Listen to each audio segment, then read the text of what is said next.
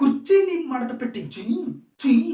ఇప్పుడిప్పుడు బానే ఉన్నావు కదరా! అసలు నీకేమైందిరా బాబు అనుకుంటున్నారా? అసలు ఇంకేమైంది భయ్యా, మన కుర్చీని మడత పెట్టి ఏసుకోవడానికి వస్తున్నాడు మన మహేష్ బాబు. యెస్, మన మహేష్ బాబు గారి నుంచి ఒక సాంగ్ గుంటూరు కారం నుంచి రిలీజ్ అయిపోయింది భయ్యా.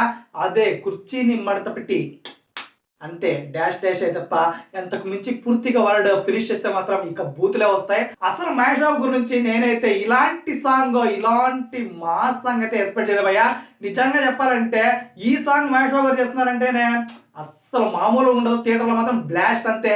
ఎందుకంటే మహేష్ బాబు గారికి డాన్స్ రాదు, కానీ ఇలాంటి పాటలకు మాత్రం మహేష్ బాబు గారు డాన్స్ వేస్తే ఖచ్చితంగా విజిల్స్ వేసిందే, కామన్ డాన్స్ కూడా. కుర్చీని మడత పెట్టి అనేది ఒక కాపీ వర్డ్ భయ్యా. అసలు చాలా సార్లు మనం విన్నాం అనమాట. ఈ కాపీ వర్డ్ ని తీసుకొచ్చి మహేష్ బాబు గారు సినిమాలో పెట్టారు చూడు, నిజంగా మడత పెట్టి చేయాల్సిందే విజిల్స్. నాకు తెలిసి ఈ oh my baby and Dum Masala songs release అయ్యాయి కదా, దాన్ని మించి ఈ సాంగ్ ఒక ఫీస్ట్ ఇవ్వబోతుంది ఫ్యాన్స్ కి అయితే డౌట్ లేదు. ఇంకా మొత్తానికి నాకైతే ఈ సాంగ్ జిప్ జిప్ జిప్ భలే అనిపిస్తుంది. చూడాలి ఈ ఫుల్ సాంగ్ ఎలా ఉండబోతుందో. సో మొత్తానికైతే ఒక హైప్ క్రియేట్ చేయడానికి అయితే ప్రోమో మాత్రం ఈ సాంగ్ కి భలే ఉపయోగపడింది.